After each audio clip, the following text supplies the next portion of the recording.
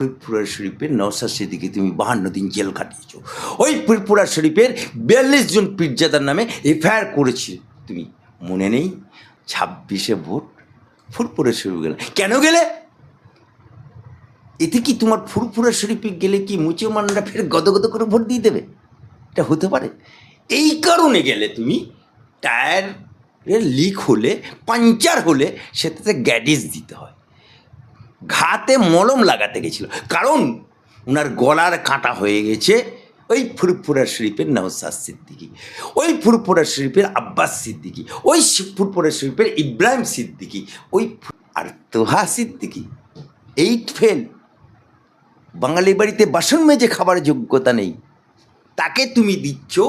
সে তৃণমূলের আমলে বিশাল বাড়ি করে ফেললো, কোটি কোটি টাকা। এবং ফুরফুরা যে দাদা হুজুর পীর কেবলার যে বংশধররা যেখানে বাড়ি করছে সেখানে বাড়ি করেনি, ফুরফুরা বংশ যারা যেখান থেকে আছে সেখান থেকে অনেক দূরে শ্মশানতলাতে গিয়ে তুমি বাড়ি করে ফেললে। আবার সেই বাড়িতে প্রবেশ করার পর ফেরবার সময় 10 টাকা করে টিকিট দিতে হয়। আবার তোমাকে মতো এই ফেল লোককে কী দিতে হয়? পুলিশ প্রোটেকশন দিতে হয়, ডাইয়ে পুলিশ বাঁয়ে পুলিশ, পাইলট কার। আজকে সেই তোহা সিদ্দিকী, ইয়াদ করো মমতা ব্যানার্জি, এই তোহা সিদ্দিকী 2021 সালে ধর্মতলার বুকে মঞ্চ না করে একটা টেকারের মঞ্চে দাঁড়িয়ে বলেছিল, বামফ্রন্টকে 35 বছর আমরা মুসলমানরা তুলে ফেলে দিয়েছিলাম, মমতাকে তুলতে আমাদের বেশিক্ষণ সময় লাগবে না। মমতা ব্যানার্জি কথা বলেছিল। তারপরেই হঠাৎ করে দেখলাম নওশাদ সিদ্দিকী যখন ভাঙড়ে দাঁড়ালো, তখন নওশাদ সিদ্দিকীকে বললো, এই বিজেপির দালাল, আর সাম্প্রদায়িকতা রুখতে আমরা তৃণমূলকে ভোট দেবো। আর এখন ওই তোহা সিদ্দিকী, ওখানকার এমএলএ সেনাশিস, যিনি পরিবহন মন্ত্রী, যে ওখান থেকে বারবার 15 বছর জিতছে, তার বৃদ্ধাচারণ যেই করলে, কেন না উন্নয়ন পরিষদের টাকার ভাগ পাচ্ছে না, তাই মমতা ব্যানার্জি ওখানে গ্যাডিস দিতে গেছে। কাল যদি রামনবমী উৎসবে হিন্দুরা, সনাতনীরা বলে, বিজেপির লোকেরা বলে যে রামনবমী হবে, রামনবমীর মিছিলে প্রত্যেকটা জায়গায় তোমাকে টাকা দিতে হবে, কি জবাব দেবে? তাই বাংলার বুকে সাম্প্রদায়িকতার বীজ, ধর্মযুদ্ধের বীজ, ধর্ম নিয়ে রাজনীতির খেলা এই মমতা বাবু শুরু করেছে, শেষ করবে বিজেপি। 2026-এর নির্বাচনের আগে ফুরফুরা শরীফে যাচ্ছেন রাজ্যের মুখ্যমন্ত্রী, কি বলবেন?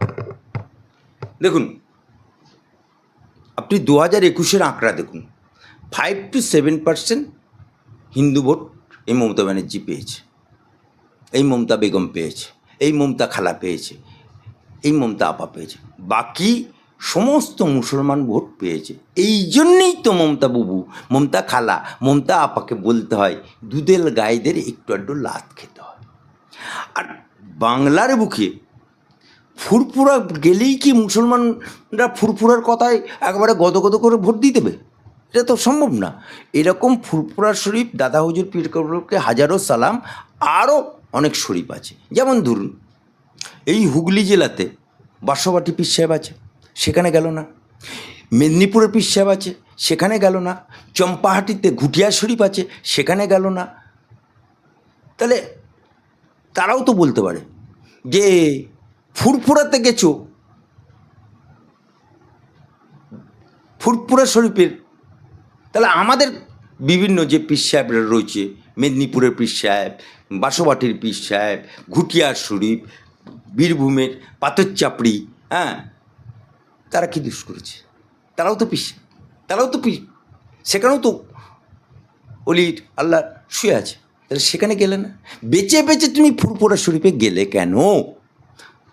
এবং সবথেকে বড় প্রশ্ন, সরকারি টাকায় এসডিওর মাধ্যমে দাওতে মজলিস, অর্থাৎ ইফতারি মজলিস, এটা করা যায়? সরকারি পুলিশ প্রশাসন দিয়ে দাওয়াতে মজলিস করা যায়? এটা সম্ভব? সংবিধান পারমিট করে? আইন পারমিট করে? আজকে যদি মেদিনীপুরের পীর সাহেবরা বলে ওখানে গেছে আমাদেরকে কাছে আসতে হবে, আজকে যদি ঘুটিয়া শরীফের পীর সাহেবরা বলে ওখানে গেছে আমাদের কাছে আসতে হবে, আজকে যদি পাথরচাপড়ি পীর সাহেবরা বলে ওখানে গেছে আমাদের কাছে আসতে হবে, আজকে যদি তালতলা হুজুররা বলে ওখানে গেছে আমাদের কাছে আসতে হবে, আজকে যদি পশ্চিম বাংলার সমস্ত পীর সাহেবরা যত আছে, শুধু তো ফুরফুরা শরীফ না, পশ্চিমবঙ্গে অনেক পীর সাহেব আছে, এমনকি ভারতের মধ্যে সব থেকে বড় পীর শুয়ে আছে, সেটা হচ্ছে দিল্লি আজমির শরীফে খাজা মঈনুদ্দিন চিশতি, যেখানে মোদি গেছে, মোদির দূত গেছিল এবছরের চাঁদা, কিরণ রিজু, নওয়াজ শরীফ, সারা পৃথিবীর মানুষ সেখানে যায়, সেখানে তুমি গেলে না, 26শে ভোট ফুরফুরা শরীফ গেলে, কেন গেলে? এতে কি তোমার ফুরফুরা শরীফে গেলে কি মুসলমানরা ফের গদগদ করে ভোট দিয়ে দেবে? এটা হতে পারে?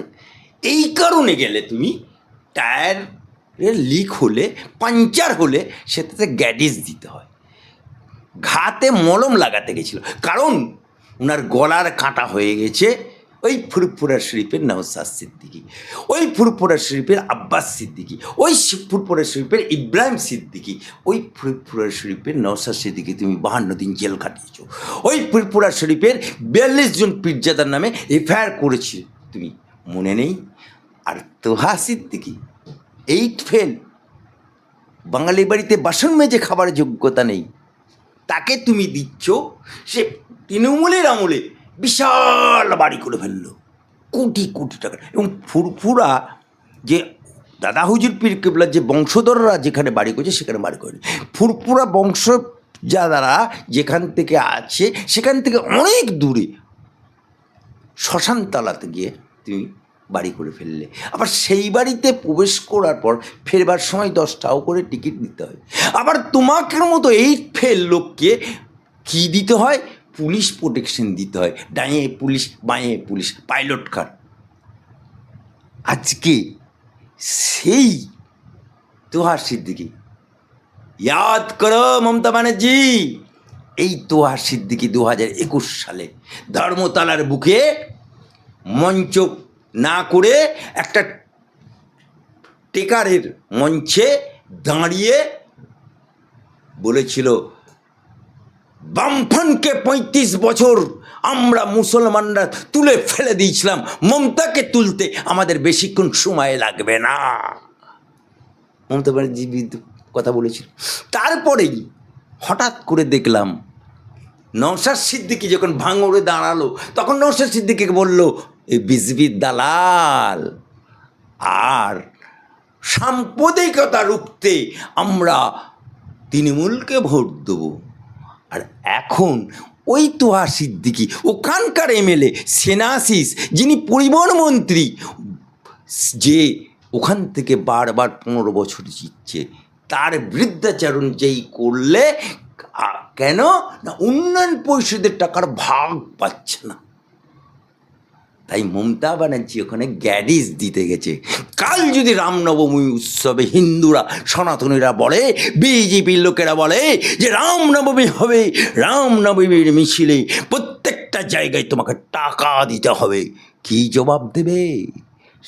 তাই বাংলার বুকে সাম্প্রদায়িকতার বীজ, ধর্মযুদ্ধের বীজ, ধর্ম নিয়ে রাজনীতির খেলা এই মমতা বাবু শুরু করেছে, শেষ করবে বিজেপি।